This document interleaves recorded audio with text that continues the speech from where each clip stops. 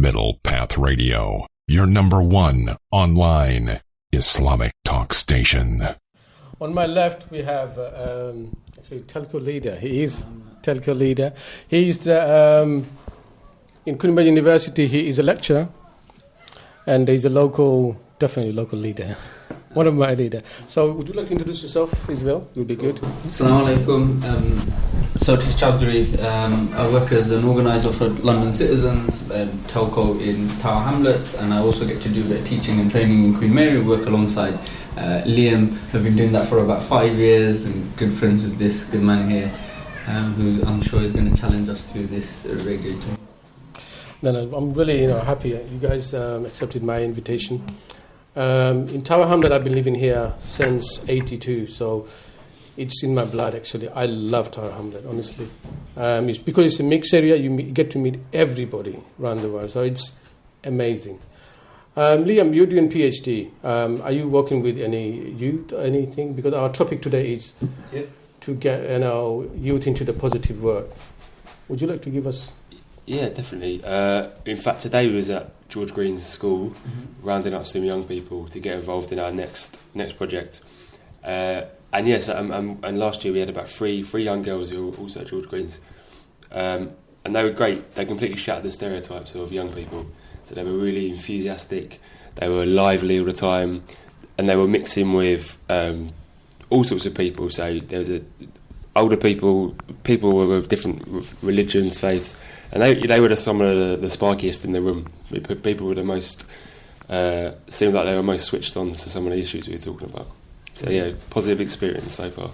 I mean, last few years, Shadallah, you're a teacher. Last few years, we've been in Tower Hamlet, we've been doing quite well in education, especially GCSE, A levels, and other stuff as well. That's brilliant news.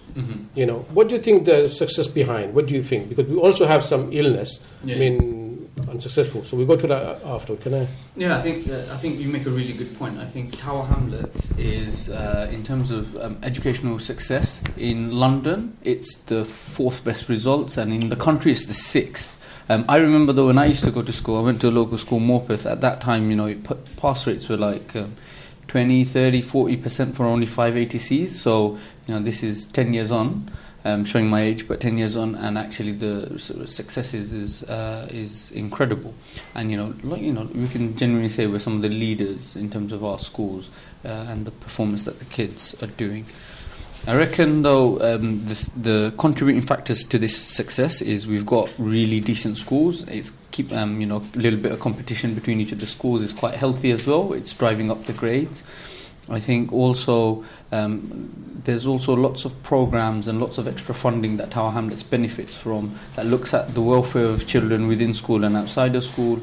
I think over the last couple of decades, if we look at some of the communities like Bangladeshi, Somalian, and lots of the working class white communities, they also had an opportunity through the last generation to get educated themselves, therefore they pass that on to their kids. There's a lot of social capital, but also they're able to guide their children through, how you do well in school. There's a bit more mentoring and all of this going on. Also, I reckon a big thing is when I was in school, I didn't have a single teacher from the local area until year 11. Now you get lots of local teachers, which obviously means that they understand the kids and what's going on in there in a different way. They're able to work towards this. I think also you've got, I know I'm going on, but I think also things like learning difficulties and disabilities, like there's a lot more attention given to this, so this allows people to push the grades up. Can I ask you something? Because you are very successful. I mean, one of the successful, okay? I know the way you looked at me. So, Okay, one of the successful person from Tower Hamlet. Yeah. Would you mind sharing your upbringing? I mean, this is something in Tower Hamlet. We are very crowded place. People are complaining because of that. Lots of kids into drugs, and they have no idea what to do in the future. Unemployment is quite high. Would you like to share your upbringing? So our parents or kids, the ones that are watching, can I just ask their parents, if you're watching, please you get your boys into the living room now. We're live on YouTube channel, or you could hear us in your app. And you can hear direct from one of the very successful young men here. Okay. So first of all, you have to stop doing that. But Okay. All right. So I think I was really, really fortunate. I think so. When I was growing up, I had parents that were educated, and they were both working when I was young. And then my mum's always worked. She's been a public servant for. This is running into her third decade as a public servant. So they were educated, so they were always really interested that I get good schooling. My mum made sure that I went to the, when it was time to pick which secondary school you go to, she was very adamant that she sent me to the best school possible. Now, her intention and all of that was right. She tried to offer me as much support as possible in subjects she thought that I wasn't that good in, i.e. maths and science. She'd always offer support. I think what happened was when I was little, my parents allowed me to unlock what I was interested in. So I was quite selective. I wasn't interested in everything, but there were certain things that would really get me going, history and humanities and those sorts of subjects. So I was more inclined to be interested and to take part in those. And I think that's really important. I think, Why and how did you get interested into that? Why? What was it? I was glued to the television all the time, and I was kind of sad to see all the things that went on, but also excited all the things I'd see on documentaries and news channels and things like this. I think they're amazing ways of getting interested into the world. We've got that typical thing that lots of communities would say, oh, your child might be a doctor, a lawyer, engineer, whatever it is. I think that could work because lots of people are successful as a result, but it could also work quite negatively, especially if that's not the interest of the child. I think my mum just allowed me to find my own interests and gave me opportunities to find it. That was, I think, the pivotal bit. My mum's never told any of her kids like what they should do, and that meant we had the freedom to go, okay, we can find something that we're interested in, and we sort of pursued that. So she was okay. That's amazing. I was going to ask you that because millions of people are waking up in the morning. Same thing. Everyone's going to school. I'm going to school. The homeworks, everything's like a routine thing. They don't think for themselves. Mm-hmm. Like yourself, your mom left it to you, so now you found your own way out. So you're learning. Your brain is going to be, you're thinking about it. Do you think this is what we're struggling with in Tower Hamlet? Like people are just doing it because everyone's doing it? I think there is a lot of that, but that's not just Tower Hamlets. I think there's something all across London, across the UK, in Bromley, in all across the world. I think a lot of it is changing. I think the more and more we see, there's that. Sometimes people find it difficult to work out where they might have careers. Yeah, so some people struggle to work out what subjects or what career they feel that they should follow. Other people are sometimes a bit too worried about if they're going to get a job, and they forget to study things that they're interested in. And I studied undergrad with sociology and psychology. I never wanted to be a psychologist, and sociology was purely because I loved going into A-level class and just debating with people. It was intellectually stimulating. I never thought I'd get a job out of it, but it was okay because there's lots of other jobs you can get afterwards if you have the right work experience. And I think all of these things are a good mix which allow you to work out, I might want to study this, I might not. And even if you don't want to study, there's other options of getting into careers that people just need to be aware of and consider. What do you reckon, Liam? I think so. Obviously, going to school in Bromley was very different to Tower Hamlets, different upbringing, so I had my own bedroom to do homework and stuff like that. So it's easier. It's easier to do well at school, I think. But I think the school system is probably similar, that you do maths, English, science, history, geography, and the way you get taught is very much reading, writing, it's very academic. And if you're not that sort of person, then you just completely drift and you just get lost.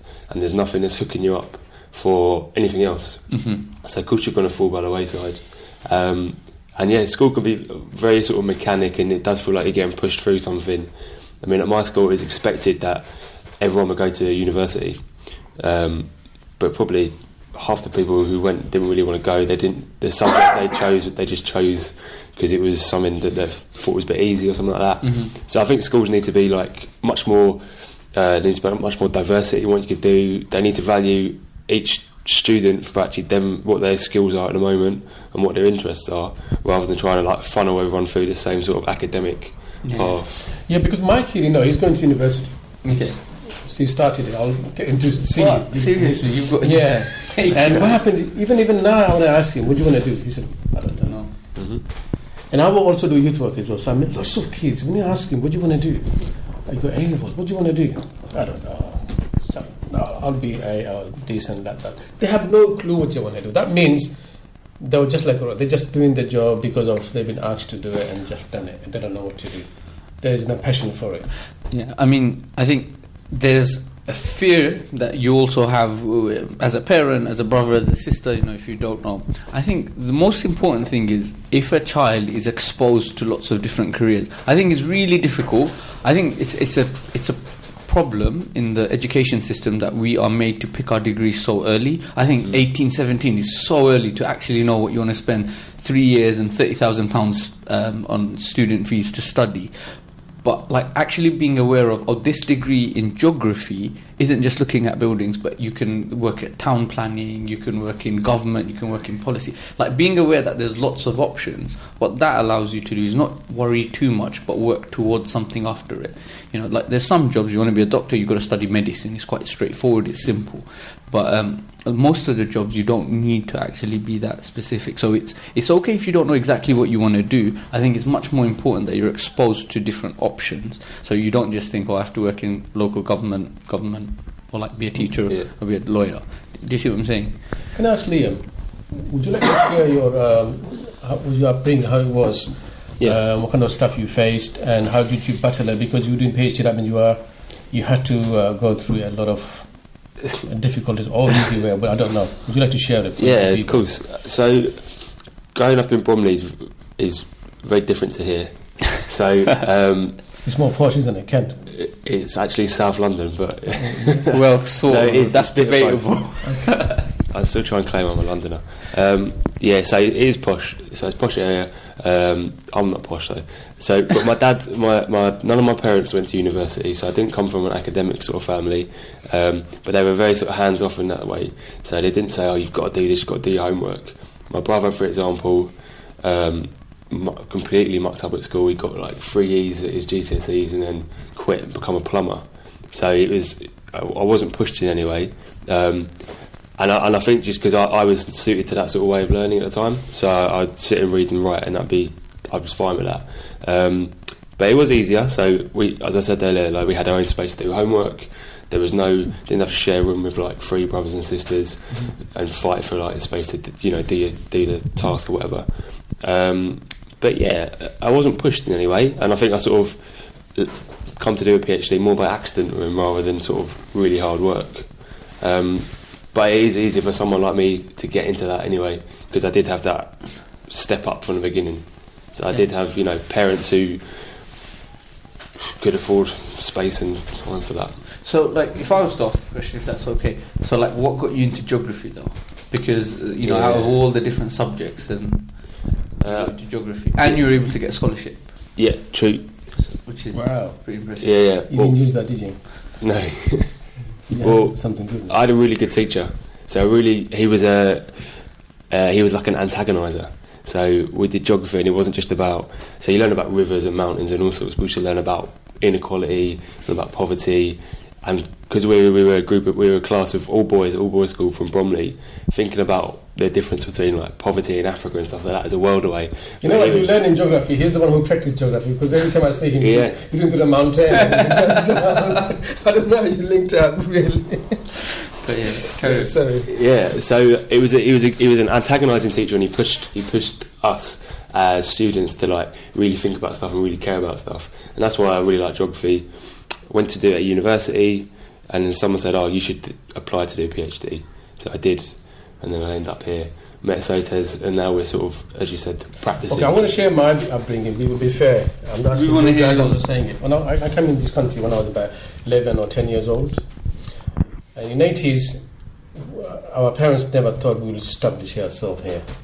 Therefore, we come here, and then we go back again. Yeah. That's how they used to think. So education was the second, actually. So another battle was, you go to school, those days were racist. Man, you wouldn't believe it. You got skinhead guys, you got BNP, you got National Front. These guys were beating us. I got beaten up so many times myself. It was so difficult those days. So what you do is, when you're 12 years old, what do? The guys are looking for you to beat you up. So they're like it. So what do? You just try to hide into the toilet or somewhere like that. You just run away, man. Whatever you have, they should take it from you. It's all changed now. It's just good. England is brilliant. Well, not everybody though, but we still got some nutters from all sides. We got Al-Qayyim, and you guys got NF. You guys. Yeah. Well, you guys go. You go to Ireland, you got another story there. He's Irish. He's Irish. Okay. Now, one thing we could learn from them as well, because you mentioned you're Irish. We can learn from you guys, honestly, Lord. You've been struggling for a long, long time. Now, at last, you guys got peace. In Middle East, we got problems and problems and problems. That won't be a solution. With problems, with guns, it never comes a solution. So I think we can learn from you guys. Look, if you want to come to the mainstream, you leave your guns away, and slowly we build up. Because otherwise, there's a struggle forever. I think you're right. There's lots of extremes, but the East End has really transformed. Like you're right. Like lots of the history. So I take students every year on a walking tour. I took Queen Mary students. It's like when they first come into the area. Most of them are from all over the world, all over the country. Most of them outside of the M25. So they come to this area to stay for 3 years, and I walk them through the streets, and I basically say, believe it or not, I walk them from Queen Mary, take them outside the Blind Beggar pub, and I'll be like, believe it or not, people used to get shot in there by the Cray twins. Walk them a bit more down, take them to Brick Lane, you talk about how the NF, the National Front was, BNP, and a lot of that's changed. So it was difficult part for our parents to, guide us into the education, but this generation now, my kids, they claim they're English because they're born here. Mm-hmm. They want to educate, they're not going to go back home. I haven't been back home myself for a long time. So now we need to think about how to build this country. So because I live here, that's my country. Yeah. We should be proud of it. I'm very proud of that as well. Yeah. Now, issue comes into how do we go along on our own? If you're isolated, you can't learn anything. That's why we need hand of others. And then I think we are doing well. I mean, not that bad actually, but we can do much better, I'm sure. Sotwz, you've been working with lots of kids, like you work for Telco. Telco is one of the biggest, one of the amazing teams you have. You work with every communities. Mm-hmm. You had a project called Safe Haven. Safe Haven, City Safe Haven. Yeah. Mostly for young kids, mostly when in trouble they use that. Could that be renewed again, or can we start that again? Because a lot of stealing happened last few years. Yeah. In the Eid Day we had one. Last few weeks ago, Stepney, we had a brother killed another brother. Like this thing happening. So what do we do? Yeah, I mean, so just going back to the City Safe Havens, so there are lots of these, and for the viewers, City Safe Havens are where we get lots of community members, particularly young people attached to schools, who basically feel unsafe on their way to and from school or about their business, and you basically build relationship with business keepers, and you make them feel like they're part of the community. So what happens is when young people feel threatened or being chased down the street, just like you were saying what used to happen to you, they can go into these shops, and these shops will shut the doors, hopefully close the shutters, and then call the police, giving that young person a place to feel safe while the police come. And that just means the community is involving the business community, who are always on the high street businesses and things like that. That could be your laundrette, your barber, your newsagent. And so there's about over 500 across London. And now I think what you're saying about the stabbing, so part of it, like City Safe Haven isn't the cure, it's a campaign to protect people, which works and has saved lots of lives, and and made people feel a lot safer knowing. But obviously there's 8 million people in London, so you have to also think about how much more you can scale it up, but also what it's for. I think the stabbings and things like this, they amount to other sorts of tensions. I mean, when you were saying, in parts of this area, when you're saying you used to face racist attacks or fascism, there it was about your skin colour. These days it's about you got a better mobile phone than me. Mm-hmm. So now it's become money. The target is not necessarily only skin colour, even though racism still exists in many forms and discrimination does. But but it's about money. It's about like the world is becoming more unequal, and like, to be poor, you feel it a lot more. Yeah, I think when you don't have the latest mobile phones are changing every 6 months. You need a new Android, a new iPhone, and stuff like this is driving things up. And people, like lots of families are pushed because like living in London's really expensive. People don't only steal because for phones either. Like people, like if you go to Sainsbury's and you talk to security guards, a lot of mums are actually shoplifting because they can't feed their kids. You, on the other side, you're seeing stuff like food banks and all of this going up. So people aren't necessarily only stealing because they want goods. That's one part of the argument. There's actually because things are getting more expensive, but also like we've got to this sort of globalized world. It's quite material, and people need these things, or they feel like they need these things, so they're doing this. But also you've got all this territorialism, this you know, when people separate up and then they, like I studied this for psychology. There was a psychologist called Chowdhury who looked at groups, like how groups form, and you know, like very quickly people brand themselves, you know, maybe if you don't have I don't know, I'm just assuming, like lots of gangs where at home maybe it's not stable environments, so they seek to create community or family through gangs and networks with.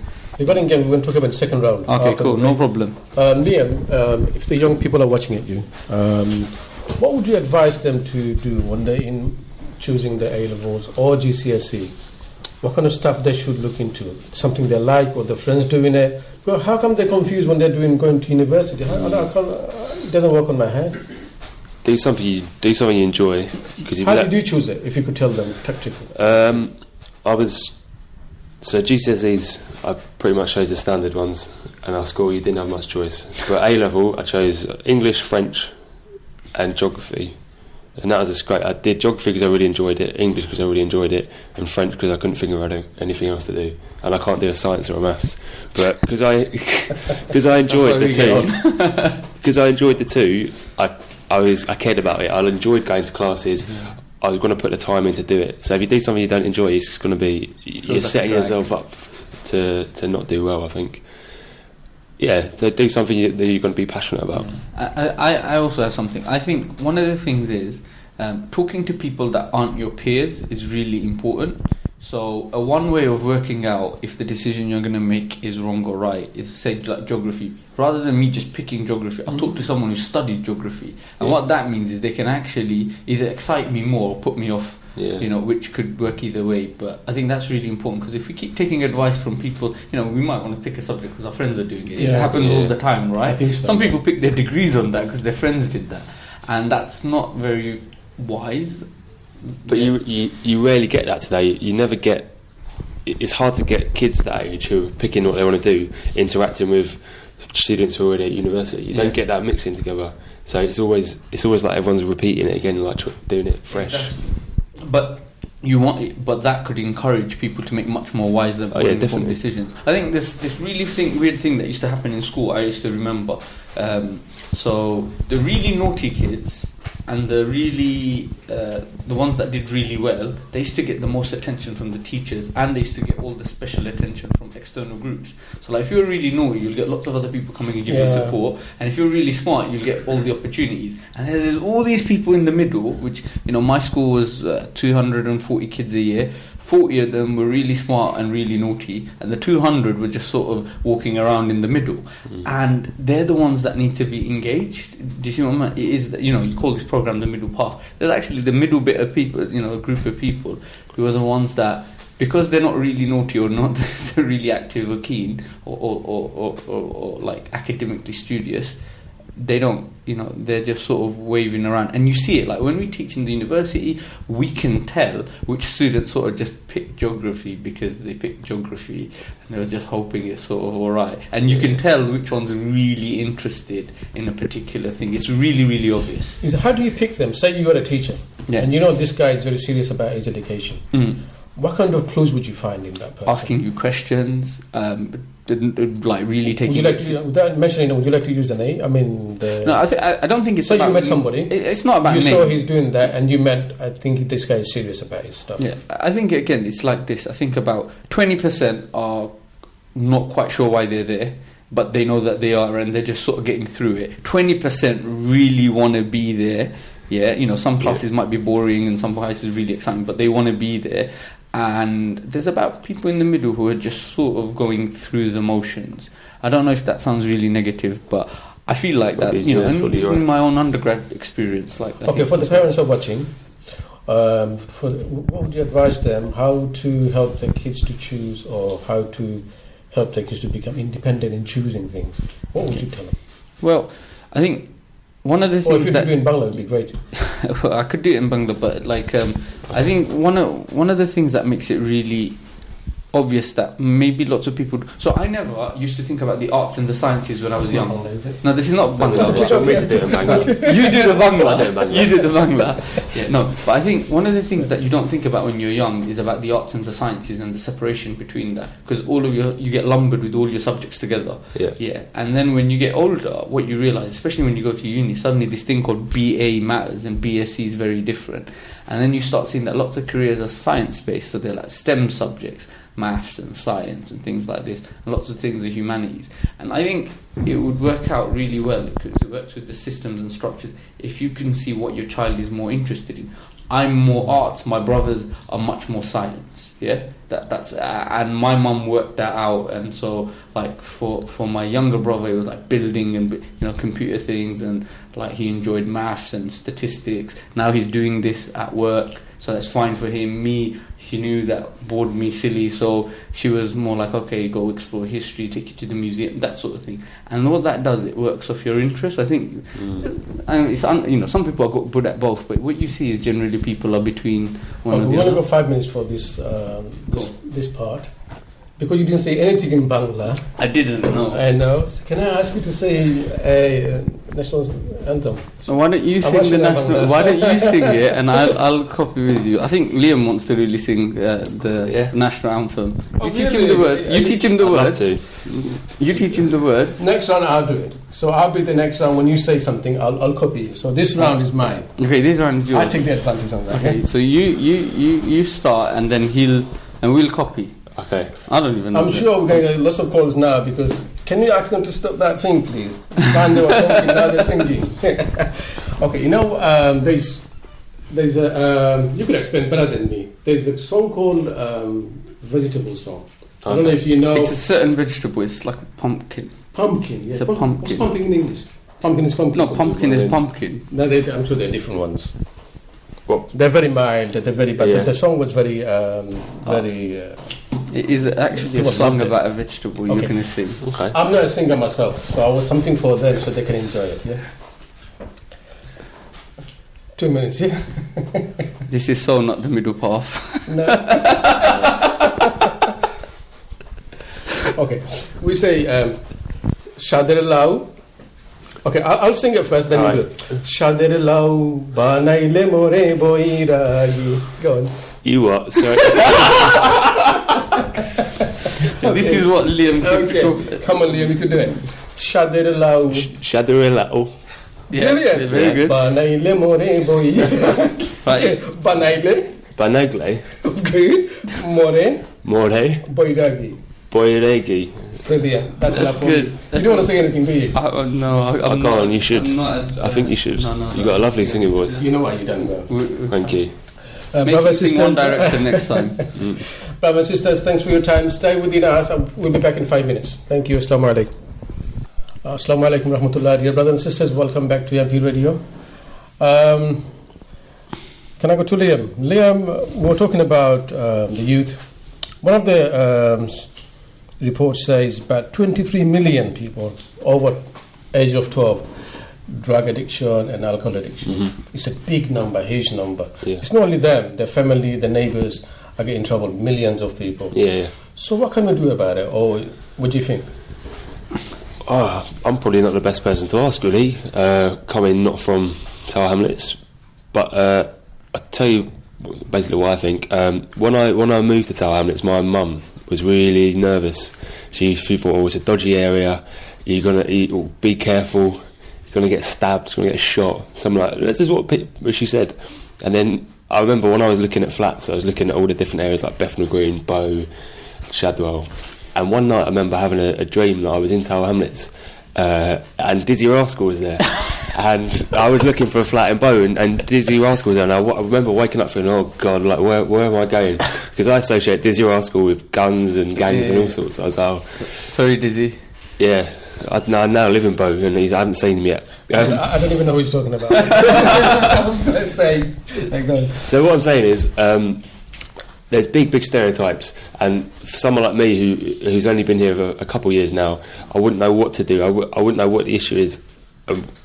What I would ask Sotwz really is, what pushes a young person here to get into drug dealing? Because I get asked all the time on the street if I, want So what was your experience? You had this feeling that when you come here, it's going to be quite dangerous and knives and crime. Is that how it is, or you think it's? Oh yeah, it's awful. No, not at all. Not at all.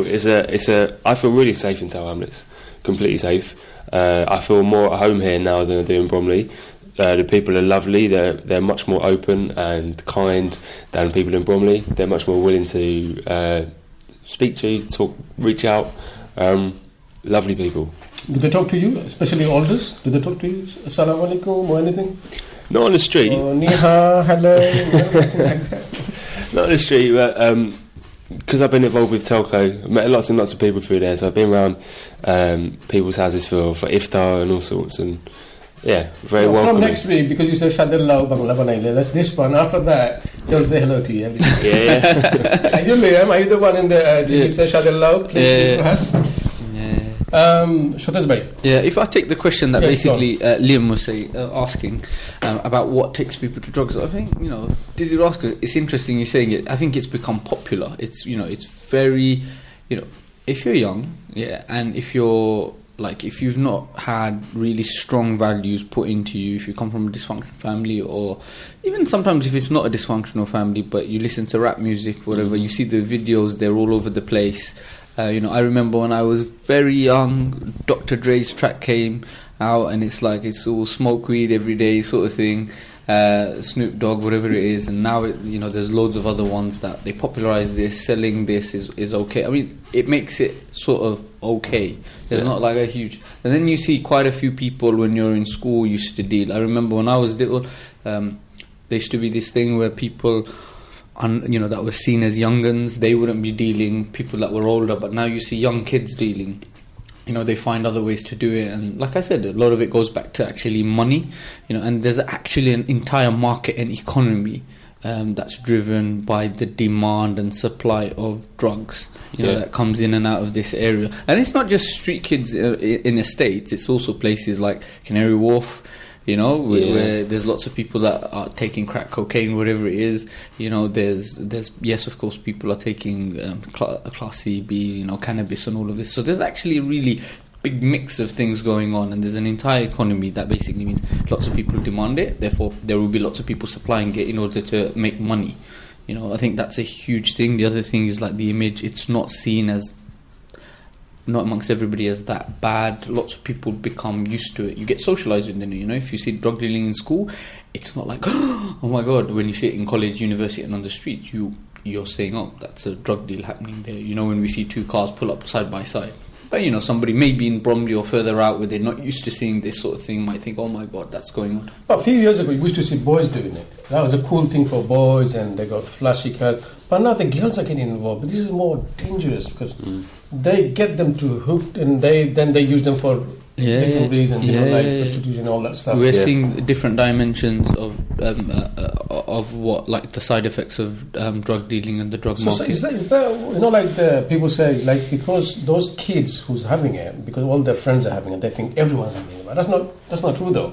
Not everyone's having it. Not many people having drugs at all. Often what happens, I think, is it's like a subculture that happens. So it's not true that everybody in Tower Hamlets is on drugs. Yeah. It's still a small percentage, but that percentage basically ends up as a subculture where they know who the dealers are. They know who to call. They'll get their business. They also know who else to sell it to. You're absolutely right. There are older people who basically get young kids, girls and boys, hooked onto this, which leads them to, drug addiction is expensive. And even if it's not an addiction, and they call it, let's say, what's the word when they say when they use it for, whether it's medicinal purposes or recreational purposes, it's still expensive, But half the kids in Tower Hamlets, half the households grow up in below the poverty line, and of that, lots of some of them use drugs. It's expensive, so they need to find a way of funding this, whether it means working for them or doing something dodgy or stealing. So what can you do about it? Because you guys are the future leaders, or you guys are going to be making policy in the futures.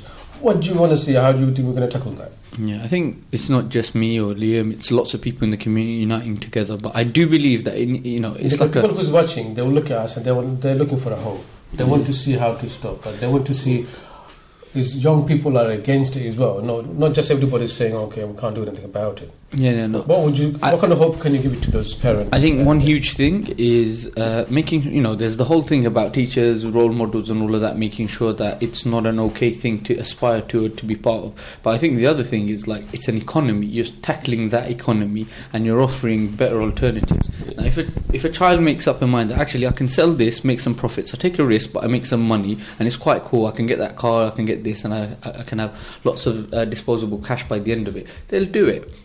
But if well, not everybody, but there's a chance they'll take it up. But actually, if there's careers in, like if places like Canary Wharf became more accessible to them, then they can pursue those careers, make more money, have really respectable jobs, and it's not just private sector. I'm talking about NHS, council, government. That means that we encourage kids to take a path that's really productive, and allow them to have careers, so they don't end up in jail, so they don't end up with criminal histories, because some of these kids make these mistakes or do these things when they're young, and it affects them for the rest of their life. So I think it's us creating more jobs, working with businesses, public sector, private sector, third sector. Can I come to Liam? Liam, I've also worked with lots of young kids and lots of fathers too, from a father's group point. What happens is, like, when I talk to young people, they think some of them they don't have any hope for the future or job. Those have a degree. I won't find a job because it's not accessible. Like another thing what puts them down is, I think, like every day if you read Mirror or other tablets, they're talking about Muslims are terrorists, Muslims are this, Muslims that, always putting them down all the time. That gives them really, it's difficult to try and saying, we're not going to be here for too long. Looks like, that's how bad it looks. So you're from a different community. What would you say to those kids? Well, look, this is just the headline. It's not all about you. It's about some other thing. As best as you can, you can't ignore it, because it's all over. It's getting shoved in your face all the time. So you've got to like take it with a pinch of salt and fight back against it, but in like a positive way. So rather than fighting against it by just blocking out the rest of the world, as cheesy as this sounds, go out and prove everyone wrong. But that takes. But sometimes it's not easy to ignore it, because it is in your face all the time. Just pointing. We're not involved in it and just saying it's something nothing to do here. Probably something happening in Syria, but it's still pointing at you here. You're one of them. You're doing that. You're this, and the young man seeing that what's going on here. Like suspicious all the time. So I don't know. It's not fair on those kids, man. I don't know. It's not fair at all. But what I'd say is, look at Irish people. So my dad was telling me when he was growing up in South London, he used to hang around with the Caribbean, the black kids, because they were both shunned by everyone else. Like no dogs, no blacks, no Irish was up on the thing, and he used to get called a Paddy, a Mick, and so he was getting it at the time. But Irish people now, they don't get the same. They don't get this, so they fought against it, and it goes. But you have to go out there and fight against it. You've got to go out there and prove people wrong. And you guys are tough, man. Irish also. You don't mess with them. You don't mess with these guys. You are tough. I've seen lots of tough Muslim Bengali folk around here. I mean, I think, like, if we look back at some of the things that is positive, I think lots of the positive things are smeared with negative light in Tower Hamlets. Like if you think about it, there's lots of jobs created. Sometimes some people will be like, lots of Bangladeshis work in restaurants or. That just basically means lots of them are entrepreneurial. They set up businesses. Like if you look at, if you're talking religiously about the institutions, there's so many well-developed mosques, Islamic centres, and all of this that support the community. I think that's a sign of resilience, but also of communities seeking to establish themselves. Youth projects that I think lots of communities in the East End, particularly in Tower Hamlets, are really civically engaged. Right? They really get stuck in, like, also politically engaged, and I think it's just more of this. Like you were there when you guys were fighting off the racists and those fascists, and then lots of that died off, and now it's about moving into the next phase, which is meaning, like we're seeing lots of people being elected from different backgrounds, which is really important. It changes the way things are perceived and dealt with. The more and more like businesses that are run by members of the community locally, more that work for that in the NHS and the doctors, and all of this brings about gradually but massive, significant change. Yeah. You're doing a PhD. PhD, you're doing a lot of stuff in popular. Yeah. What kind of stuff do you face, and what kind of stuff do you do? We're just about to kick off a campaign around unemployment. So, of course, Poplar and Isle of Dogs smack bang in the middle with Canary Wharf. And that's good. I like the kicking and smacking. But it went up about 30 years ago, and it's still, the benefits have not seeped out to the actual community who actually live by it. But that's what we're trying to do. We're trying to build the relationships between that and actually say, hang on a second, you've got jobs, you've got money, you've got all these resources, and we've got people here who've got all these skills, talents, aspirations. It's about matching them up. Yeah. But they're not going to do it unless they're forced to do it, because they don't have to. They can just sit there. So at the end of the day, it's about getting people, organising people to get them to actually pressurise those sort of businesses, those companies, those. Yeah, and it's not sort of like an anti-capitalist stance. It's more like, so yes, the local areas are poor, but lots of CSR departments do great things. But actually, they always need people who are employed, and there's so many unbelievably talented local, not just young people, but people in the borough. And actually, with the right level of support and somebody giving them a chance, they can actually really do well, take the top jobs, and then bring lots of other people into that. And then like they can aspire, more and more can aspire to be like to be like that. Like if you look at places like Langdon Park School, one of the highest levels of dependency on like free school meals. Lots of the kids, if you look at where they end up, like some are doing really well, but like as a general trend, you're not seeing as many going to uni or getting graduate level jobs. That's a problem even after they've got graduate. But the thing that they get to see is Canary Wharf just on the other side every time they pass. 90,000 people work in that building. 90,000. Yeah. How many are locals? Honestly, how many people are locals? So this is the thing. I think it's Canary Wharf does lots, but it's like moving away from just funding youth and community projects, which is really important, and that money needs to come in always. But like saying actually local people, like proper drive, to drive down the unemployment levels and drive up the skills levels within Canary Wharf. I think it reaps lots of business benefits, because then they can strategize on how to engage different communities and how that and around the world.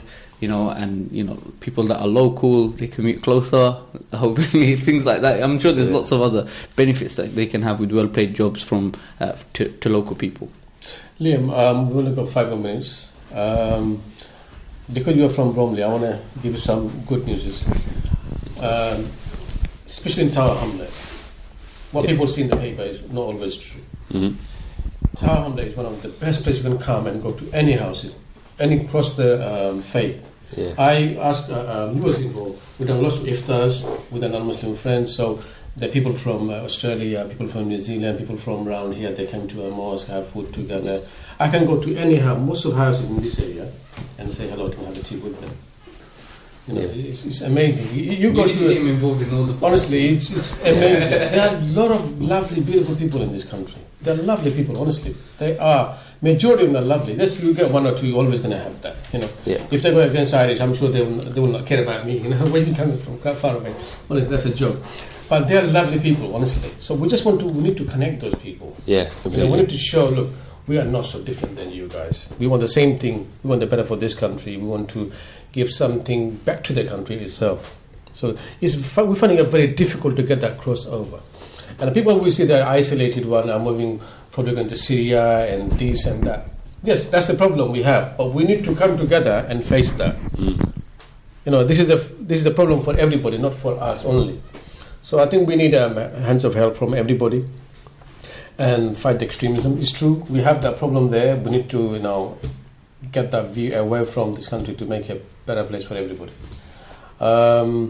Would you like to share anything? What would be the precise or one of the best thing you want to share with our audience you haven't shared it with anybody else? About myself? Yeah, something. Come on, unique. Something unique. If your mom's looking, what's she going to say to you? Say something good. Oh, what's unique about me? All sorts. I've got a twin sister. That's not so interesting, is it? I'm I'm a football fan. I'm a hardcore football fan. I'm a member of the Homestyle fanatics, who are a very famous football group. They support Crystal Palace Football Club, and we're famous because we sing and dance for the whole match, standing up. What kind of stuff do you say in the singing? What do you say? Oh, what sort of things? Oh God! Yeah, the fans are looking at you. All right, I'll teach you the lyrics. Go on then. I'll teach you the lyrics to one of our songs. He needs to get involved. I'll Alright. follow. I'll hear. I'll probably go on. Okay, so the first. So first line is: "Here's to you, famous red and blue. Here's to you, the famous red and blue. Palace loves you. Oh, sorry, Sellers loves you more than you will know. Sellers loves you more than you know.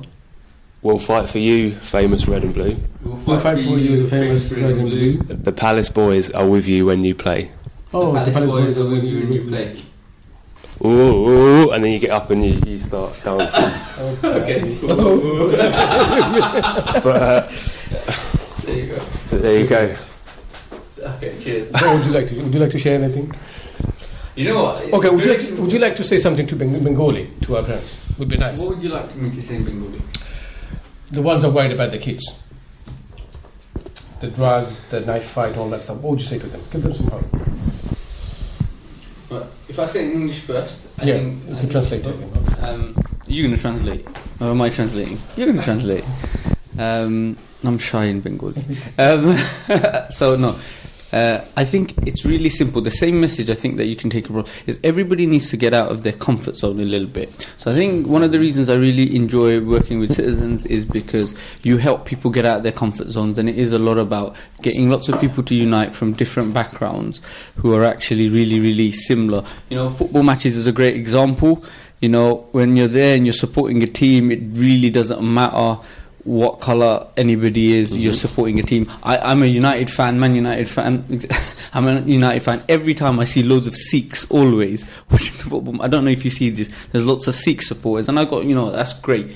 There's lots of people from different backgrounds and they're uniting around something, not necessarily against something all the time. I think it's really useful for people to get out of their comfort zones. Parents to think, I should get out of my comfort zone and not just expect one thing out of my child. Take him to different things that I might not be interested in. My little brother, I have no interest in technology, but with my little brother, I encourage and I take him along to different things. I don't like it, but I know that he's interested, and what that allows him to do is to follow what he's interested in, and more likely he'll end up enjoying it rather than saying, oh, why don't you follow your brother doing some community organising, which he won't be very interested in. So everybody needs to get out of their comfort zone a little bit. It's less frightening than what you think. What do you reckon, Liam? Yeah, agreed. Dear brothers and sisters, thank you for staying with us. I just want to share, look, we're dealing with humans. Our kids are really, the best thing we can have. These are future, these are part of our hearts. We need to deal with them with love and hope. We just can't push them to choose something they don't like. These guys, look at them because they choose what they want to do. That's what they're doing well. Some of us probably pushing them to do something or be a doctor, be that. They don't want to become one of them doctors. They don't like cutting people. That's it. They don't want to be one of that things. So we need to be very cautious, and we need to be very humble with them and show them that we love them. That's why we're choosing those kind of subjects and stuff like that. I know it's difficult when it comes to doing this kind of stuff. Honestly, when you deal with your kid, it's different than you're saying it. I find it difficult for myself. If we said anything wrong you didn't like, please forgive us. Complain to Ishaque Uddin. I'm sure you didn't like our songs, the Shadallah. Next time we'll do better. See you next week, inshallah. Jazakumullahu khair. Assalamu alaikum wa rahmatullahi wa barakatuh. Middle Path Radio, your number one online Islamic talk station.